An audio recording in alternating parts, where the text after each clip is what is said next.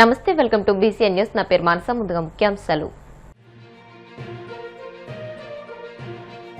TDP జైత్రయాత్రకు కార్యకర్తల శక్తి ఊపునిచ్చిందన్న మంత్రి నిమ్మల రామానాయుడు. కార్యకర్తల సహకారంతోనే మహానాడు విజయవంతమైందని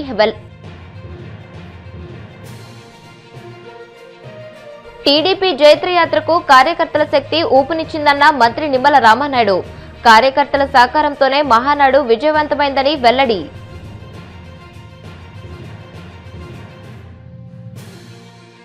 రాష్ట్రంలో అశాంతి, అనిశ్చితి సృష్టించాలని జగన్మోహన్ రెడ్డి కుట్రలు పన్నుతున్నారు.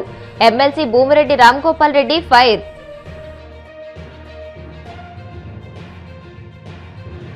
ఆర్టీసీ ప్రైవేటీకరణపై మూర్ఖంగా ముందుకెళ్లడం సరికాదన్న వైఎస్ఆర్టీయూసీ అధ్యక్షుడు గౌతమ్ రెడ్డి. కార్మిక సంఘాలతో కలిసి వైసీపీ ఉద్యమిస్తుందని హెచ్చరిక. కార్యకర్తల సహకారంతోనే మహానాడు విజయవంతమైందని, టీడీపీ జైత్రయాత్రకు కార్యకర్తల శక్తి ఊపునిచ్చిందని మంత్రి నిమ్మల రామానాయుడు అన్నారు. పశ్చిమ గోదావరి జిల్లా పాలకొల్లులోని మంత్రి క్యాంపు కార్యాలయంలో నిర్వహించిన మీడియా సమావేశంలో ఆయన మాట్లాడారు. టీడీపీ మహానాడు పండుగ వాతావరణంలో ఘనంగా జరిగిందని, మహానాడు ద్వారా టీడీపీ కార్యకర్తలు అధినేతలని మరోసారి స్పష్టమైందని అన్నారు. గతంలో పరదాల మాటన పాలన సాగిందని, నేడు ప్రజల ఇళ్ల వద్దకే వెళ్లి సంక్షేమ పథకాలను అందిస్తూ పారదర్శకంగా పాలన కొనసాగుతుందని మంత్రి చెప్పుకొచ్చారు.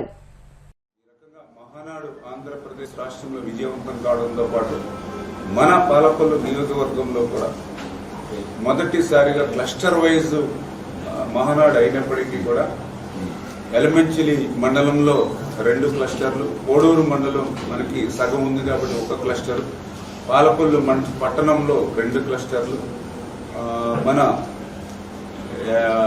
పాలకొల్లు మండలం రూరల్లో 2 క్లస్టర్లు, 7 క్లస్టర్లు కూడా నేను కూడా చూసాం. ఉదయం 9-9:30 నుంచే గ్రామాల్లో ఉత్సాహంగా పసుపు శారీ ధరించి జెండా పట్టుకుని ఎంతో ఉత్సాహంగా ఉత్తేజంగా ప్రతి సభా ప్రాంగణం కూడా కిక్కిరిసిపోయింది. ఎందుకంటే గతంలో మేము ఒక నియోజకవర్గ మహానాడు చేస్తే దానికి 10 రెట్లు ఈరోజు క్లస్టర్ వైజ్ మహానాడు విజయవంతమైంది పాలకొల్లో. మీ అందరికీ తెలుసు, గతంలో కూడా మేము ఎప్పుడైనా లైట్స్ క్లబ్ లో పెట్టేవాళ్ళు మహానాడు, లేకపోతే రామచంద్రంలో పెట్టేవాళ్ళు మహానాడు. నియోజకవర్గం అంతటికి కలిపి ఒక సభా ప్రాంగణం ఉంటే ఈరోజు అటువంటి సభా ప్రాంగణాలు 7 ఉంటే ఆ 7 సభా ప్రాంగణాలు కూడా సరిపోక మళ్ళీ బయట కూడా ఉండి వేలాది మంది ఈరోజు పెద్ద ఎత్తున, అది కూడా అనే శాసనసభ్యుడిగా ఈరోజు పోలిట్ బ్యూరో సభ్యుడిగా ఉండడం వల్ల తెలుగుదేశం పార్టీ కేంద్ర కార్యాలయంలో మేము ఉన్నటువంటి పరిస్థితిలో కూడా ఈరోజు పెద్ద ఎత్తున పాలకొల్లులో ఈ యొక్క కార్యక్రమాన్ని విజయవంతం చేసినటువంటి నా పాలకొల్లు నియోజకవర్గ ప్రతి కార్యకర్తకి కూడా హృదయపూర్వకమైనటువంటి ధన్యవాదాలు కూడా తెలియజేసుకుంటూ, ఈ రకంగా మన నియోజకవర్గంలో కూడా మరి మొదటి రోజు, అదేవిధంగా 2వ రోజు, 2 రోజులు కలిపి దగ్గర మరి 2 రోజులు కలిపి దగ్గర మరి 16,000 మంది దాకా ఈ యొక్క మహానాడులో 2 రోజులు పాల్గొనడం జరిగింది. అందులో కూడా సిస్టమేటిక్ గా తెలుగుదేశం పార్టీకి సంబంధించినటువంటి క్లస్టర్, యూనిట్, గ్రామ వార్డు కమిటీ, బూత్ కమిటీలో 60 మంది ఓటర్లకు ఉన్నటువంటి కుటుంబ సాధికార సారిత మెన్, ఉమెన్, అంటే ఇటువంటి క్యాడర్, అంటే ఎవరైతే పదవులు ఉన్నాయో వాళ్లే మాత్రమే ఆహ్వానిస్తేనే ఇన్ని వేల మంది నియోజకవర్గంలో అటెండ్ అయినటువంటి పరిస్థితి. ఇంకా మేము తెలుగుదేశం పార్టీ కార్యకర్తలు కానీ, తెలుగుదేశం పార్టీ అభిమానులు కానీ, తెలుగుదేశం పార్టీ సానుభూతి పరులు కానీ ఈ మహానాడులో మేము ఆహ్వానించాల. మహానాడులో ఎవరైతే ఆహ్వానితులంటే సమన్వయ కమిటీ, క్లస్టరు, యూనిట్, గ్రామ వార్డు కమిటీ, బూత్ కమిటీలో ఉన్నటువంటి వాళ్లే మాకు ఈరోజు ఒక 8,000 మంది ఈవేళ సైన్యం తెలుగుదేశం పార్టీకి ఉన్నారు నియోజకవర్గంలో. ఆ రకంగా 2 రోజులు ఈ 16,000 మంది ఈరోజు అటెండ్ అయ్యి మరి మండు టెండలు పడ్డాయి. అదేవిధంగా భయంకరమైనటువంటి ఈదురు గాలులతో వర్షాలు బేభత్సం చేశాయి. అయినప్పటికీ కూడా చెక్కు చెదరకుండా 2 రోజులు కూడా నియోజకవర్గంలో మహానాడు విజయవంతం చేసినటువంటి మా కార్యకర్తకు, మా నాయకులకు, ఈ యొక్క కార్యక్రమాలని పర్యవేక్షించినటువంటి కమిటీ సభ్యులకు అందరికీ కూడా పేరున కూడా హృదయపూర్వకమైనటువంటి సీఎం పదవి నుంచి దిగిపోయిన మొదటి రోజు నుంచే రాష్ట్రంలో అశాంతి, అనిశ్చితి సృష్టించాలని జగన్మోహన్ రెడ్డి కుట్రలు పన్నుతున్నారని, మళ్లీ ఇప్పుడు అధికారంలోకి వచ్చి దోపిడీలు చేయాలనే ఆలోచనతోనే బతుకుతున్నారని ఎమ్మెల్సీ భూమిరెడ్డి రామ్గోపాల్ రెడ్డి విమర్శించారు. మంగళగిరిలోని టీడీపీ కేంద్ర కార్యాలయంలో జరిగిన మీడియా సమావేశంలో ఆయన మాట్లాడారు. 16,347 మంది ఉపాధ్యాయుల నియామకాలు పూర్తయి అందరూ ఉద్యోగాలు చేసుకుంటే జగన్ కి ఇప్పుడు డిఎస్సీలో అక్రమాలు జరిగాయని గుర్తుకు రావడం విడ్డూరంగా ఉందని అన్నారు. కేవలం కుట్రపూరిత ఆలోచనతోనే జగన్ ఈ ఆరోపణలు చేస్తున్నారని దుయ్యబట్టారు. రాష్ట్రంలో ఒక విచిత్రమైన రాజకీయ వాతావరణం నెలకొని ఉంది. జగన్మోహన్ రెడ్డి గారు ముఖ్యమంత్రిగా దిగిపోయినప్పటి నుంచి మరుసటి రోజు నుంచే మళ్ళీ ఎప్పుడెప్పుడు ఈ రాష్ట్రానికి ముఖ్యమంత్రి దోపిడీ చేయాలి, లక్షల కోట్లు సంపాదించాలి, అధికారాన్ని అనుభవించాలి, విధ్వంసం చేయాలనే ఆలోచనతో దిగిపోయిన మొదటి రోజు నుంచే మళ్ళీ ఆయన ఈ రాష్ట్రంలో అనిశ్చితికి అశాంతి నెలకొల్పాలని చెప్పి ఒక కుట్ర సిద్ధాంతాన్ని అమలు చేస్తూ పోతున్నాడు. మతాల మధ్య తగాదాలు పెట్టి లబ్ధి పొందాలని చూశారు, కానీ ఏ మతము రెచ్చిపోలేదు.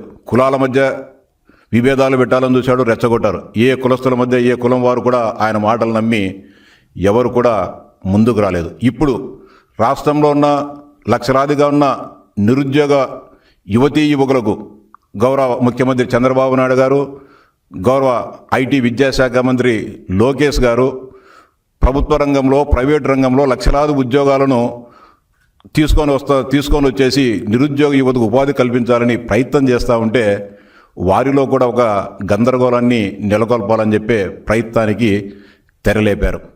దాదాపు సంవత్సరం క్రితం రాష్ట్రంలో ఉపాధ్యాయ నియామకాలు పూర్తయి ప్రతి ఒక్కరు కూడా దాదాపు 16,347 మంది ఉపాధ్యాయులు విధులు నిర్వహిస్తుండగా ఇప్పుడు కొత్తగా రాష్ట్రంలో ఎవరికీ లేని సమస్యను తెరమూతకు తీసుకొచ్చి ఉపాధ్యాయ నియామకాలు అక్రమాలు జరిగాయని చెప్పి గత 3-4 రోజులుగా రచ్చరాద్ధాంతం చేస్తూ ఉన్నారు. జగన్మోహన్ రెడ్డి గారికి నేను సూటిగా ప్రశ్నిస్తూ ఉన్నా, మీ దగ్గరికి ఎవరైనా సరే ఈ 16,347 మంది ఉద్యోగాలు పొందినవారు మేము రాజకీయ పలుకుబడితోనో లేకపోతే మేము లక్షలాది రూపాయల డబ్బులు ఎవరికైనా లంచం ఇచ్చో ఈ ఉద్యోగాలు సాధించామని ఏ ఒక్కరైనా చెప్పారా జగన్మోహన్ రెడ్డి గారు? నేను సూటిగా ప్రశ్నిస్తా ఉన్నా. నిజంగా అవినీతి జరిగితేనో లేకపోతే కుంభకోణాలు జరిగితేనే డబ్బులు చేతులు మారితే 10 రోజులో 20 రోజులో మూసిపెట్టగలం. సంవత్సరం తర్వాత కూడా ఈరోజు ఎవరు ముందుకు రాకోకుండా నీతి నిజాయితీగా అనేక మంది పేద మధ్యతరగతి కుటుంబాల వారు ఉద్యోగాలు పొందుతూ ఉంటే వారి ఆత్మస్థైర్యాన్ని దెబ్బతీసేదానికి ఈరోజు మొత్తం అందరూ కూడా దీంట్లో ఏదో జరిగిందని చెప్పి ఒక దుష్ప్రచారానికి శ్రీకారం చుట్టాం. ఇది మంచిది కాదు. కేవలం 148 రోజుల్లోనే విద్యాశాఖ మంత్రి లోకేష్ గారు ఈ ప్రక్రియనంతా కూడా పూర్తి చేసి వేలాది మంది ఉద్యోగాలు పొందిన అభ్యర్థుల సమక్షంలో, ప్రజల మధ్య వారి కుటుంబ సభ్యుల సమక్షంలో వారందరికీ కూడా నియామక పత్రాలు ఇవ్వడం జరిగింది. ఈ రాష్ట్రం ఆశ్చర్యంతో పులకించిపోయింది. ఇంత బ్రహ్మాండంగా, ఒక పారదర్శకంగా, ఇంత ఒక పండుగ వాతావరణంలో గతంలో ఎప్పుడు ఎవరూ చేయని విధంగా లోకేష్ గారి కార్యక్రమాన్ని ఇచ్చారు అని చెప్పి ప్రతి ఒక్కరు కూడా సంతోషపడ్డారు. నిరుద్యోగుల్లో కూడా, ఉద్యోగాలు రాని నిరుద్యోగుల్లో కూడా ఒక ఆశ నెలకొల్పడం జరిగింది. లోకేష్ బాబు గారి నాయకత్వంలో విద్యా వ్యవస్థ ముందుకు పోతుంది. ఖాళీగా ఉన్న ప్రతి ఉపాధ్యాయ పోస్టులను భర్తీ చేస్తారు.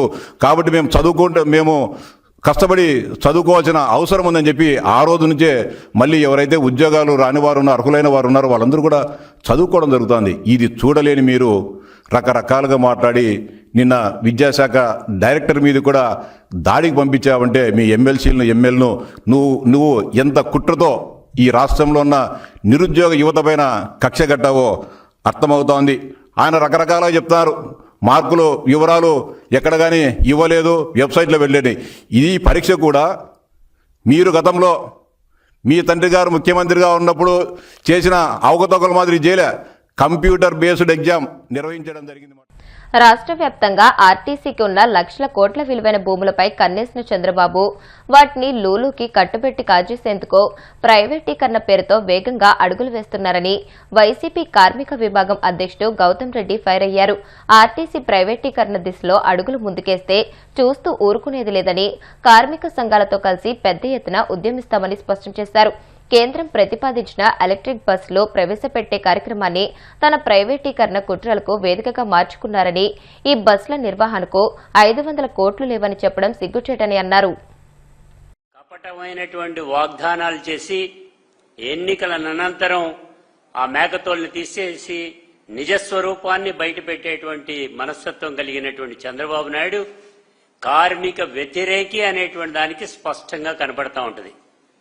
గతం నుంచి ఉమ్మడి రాష్ట్రం దగ్గర నుంచి ఈ రోజు వరకు కూడా ఆ రకమైనటువంటి మాయాజాలంతో ప్రజల్ని మోసం చేసేటువంటి మహానగరంలో మాయగాడిగా పేరుగాంచినటువంటి చంద్రబాబు నాయుడు గారు ఈ రోజున అత్యంత భారతదేశంలోనే ఏ ప్రభుత్వం ఏ నాయకుడు చేయలేనటువంటి పద్ధతిలో ఒక కార్పొరేషన్గా ఉండేటువంటి ఆర్టీసీ అనేటువంటి సంస్థని ప్రభుత్వంలోకి విలీనం చేసినటువంటి మహానుభావుడిగా జగన్మోహన్ రెడ్డి గారు 55 లక్షల మంది కార్మికులకి ప్రభుత్వ ఉద్యోగాలుగా ఇచ్చినటువంటి ఆయన్ని ఇవాళ చంద్రబాబు నాయుడు గారు వచ్చి ఆ సంస్థని నిర్వీర్యం చేయాలనేటువంటి ఒకే ఒక్క ఉద్దేశంతో ఆయన మొత్తం దీన్ని ప్రైవేటైజ్ చేయడానికి అడుగులపైన అడుగులు వేసుకుంటూ ఇటుకలపైన ఇటుకలు తెచ్చుకుంటూ ముందుకు వెళ్లేటువంటి తరుణం మనకు కనబడతా ఉంది. దానిలో భాగంగానే చంద్రబాబు గారి నైజం గతం నుంచి ఈనాటి వరకు కూడా చూస్తా ఉంటే మనకు కనబడతా ఉంది. ఉమ్మడి రాష్ట్రంలో ఉన్నప్పుడు ఈ బస్సు రూట్లు అయితే ఏదైతే ఉన్నాయో ఆ బస్సు రూట్లన్నింటినీ కూడా ప్రైవేటైజ్ చేసినటువంటిది మహానుభావుడు. 2 ప్రైవేట్ ఆపరేటర్స్ ని ఇంట్రడ్యూస్ చేసినటువంటిది కూడా చంద్రబాబు నాయుడు. అదే పద్ధతిలో అధికమైనటువంటి లాభాలతో వచ్చేటువంటి రూట్స్ ఏవైతే ఉన్నాయో వాటిని మాత్రం ప్రైవేటు వ్యక్తులకి, ముఖ్యంగా చెప్పాలంటే అనుంగ శిష్యులకి ధారాదత్తం చేసినటువంటి వాడు చంద్రబాబు నాయుడు. పేద ప్రజల యొక్క వాహనం ఏదైతే ఉన్నది అనుకుంటామో అది ఆర్టీసీ బస్సు. ఆ పేద ప్రజల యొక్క ఆశలకు అనుగుణంగా ఉండేటువంటి ఆర్టీసీ బస్సుని ఆ పల్లెటూరు నుంచి పట్టణాలకు రావాలన్నా ఇతర ప్రాంతాలకు వెళ్లాలంటే దాన్ని మాత్రం ప్రైవేటైజ్ కాకుండా గవర్నమెంట్ లోనే నడిపి నష్టాల బాటను చూపించేటువంటి పద్ధతి తీసుకురావడం అనేది జరుగుతోంది. ఈ నష్టాల బాట జరుగుతుంది అనేటువంటి ఒక పక్కన చెప్తున్నాడు. ఈ రోజున కొత్త రాగం ఏం చేస్తున్నాడు, 16 సంస్థలకు సంబంధించినటువంటి వాటిలో సర్వీసెస్ లో ఉచిత బస్సు ప్రవేశపెడుతున్నామని మహిళల కోసం చేశామని చెప్తారు. ఓకే, బాగానే ఉందనుకున్నారు. కానీ తీరా వచ్చేప్పటికి దాన్ని 5 సర్వీసుల కింద దిగజార్చి ప్రజల యొక్క మహిళల యొక్క ఆశలకి అనుగుణంగా కాకుండా వాళ్ళ పైన నిప్పులు పోసేటువంటి కార్యక్రమం తీసుకున్నాడు. నేను ఒకటి అడుగుతున్నా, నష్టాలు వస్తున్నాయి అనేటువంటి నువ్వు చెబుతా ఉండే ఈ ఆర్టీసీకి సంబంధించినంత వరకు కూడా లాభాల బాటలో రావటానికి నువ్వెందుకు చర్యలు తీసుకోవట్లా? హైదరాబాదు, విజయవాడ లేదంటే గనక మెడ్రాసు, విజయవాడ లేదంటే గనక బెంగళూరు, ఈ ప్రధాన రూట్లో ఉండేటువంటి నువ్వెందుకు నడపో, ప్రైవేట్ ఆపరేటర్లకు ఎందుకు ఇస్తున్నావు అనేటువంటిది మేము అడుగుతున్నాం. ఇవాళ దీన్ని ఆదాయం పెంచుకునేటువంటి మార్గాల్ని పక్కన పెట్టి ఇవాళ దీన్ని ప్రైవేటైజ్ చేయడానికి కొత్త రకమైనటువంటి విధానం తీసుకొస్తున్నాం. కేంద్ర ప్రభుత్వం 10,000 వరకు కూడా ఉండేటువంటి ఈ బస్సులు అనేటువంటి ఇస్తున్నామని చెప్పి మన రాష్ట్రానికి ఒక 1000 బస్సులు ఇస్తున్నాం. సాధారణ బస్సులు ఒక 700, తిరుమల నుంచి తిరుపతికి వెళ్ళడానికి ఒక 300 బస్సులు ఇస్తున్నామని చెప్పారు. సరే, బానే ఉంది. దీనిలో ఏమవుతుంది, వీటి నిర్వహణ బాధ్యతని చేపట్టడానికి రాష్ట్ర ప్రభుత్వంలో వెరీ స్మాల్ మీగర్ అమౌంట్ 500 కోట్ల రూపాయలు చాలు. ఈ 500 కోట్ల రూపాయలు కూడా ఆయన దగ్గర లేవట. అందుకని దీన్ని ప్రైవేటైజ్కి ఇస్తారట. ఇంకా ఆశ్చర్యం ఏంటో తెలుసండి, ఈవీ బస్సెస్ కి సంబంధించినటువంటి ప్రైవేట్ ఛార్జెస్ ఉంటాయి, ఛార్జింగ్ మిషన్స్ ఉంటాయి. ఇప్పుడు కాసేపు ప్రకటనలు.